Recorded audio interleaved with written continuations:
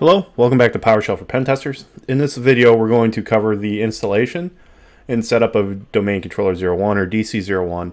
And then in the follow-on videos, we will cover the installation of the domain controller itself and the domain objects. So let's go ahead and select DC01 and click Start.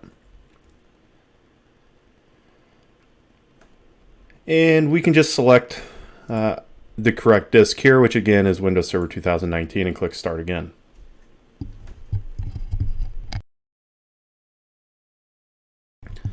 Now this is going to take a few moments to load all the files, and then we should get in with the installation process, which will be very straightforward and should be reviewed for pretty much everybody, I would hope, at this point.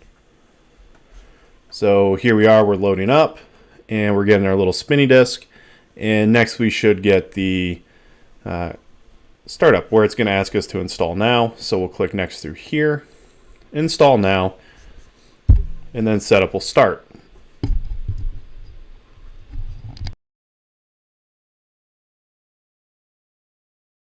Okay, at this point, just go ahead and click I don't have a product key. We're using the evaluation version, which is exactly what we expect. And then here we want to select the desktop experience and click Next. Accept the license terms and click Next again. And then custom install Windows only. And then make sure you've got drive 0 selected, click Next, and this will install. This is going to take a few moments, so I'll see you back here once everything has completed. Okay, and if you did everything correctly, we should now be at this window where it's asking us to set a password for our administrator user. So I'm literally just going to use password 123 exclamation mark. Obviously, in a real world environment, you would not want to use a insecure password such as this.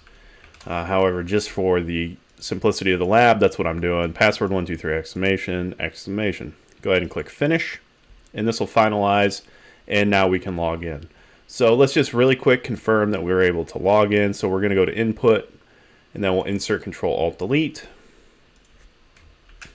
and we will log in and be all set. In the next lesson, we are going to cover everything from this point on with setting up Domain Controller 01. So I will see you over there in the next lesson where we do that. Until then, thanks for joining.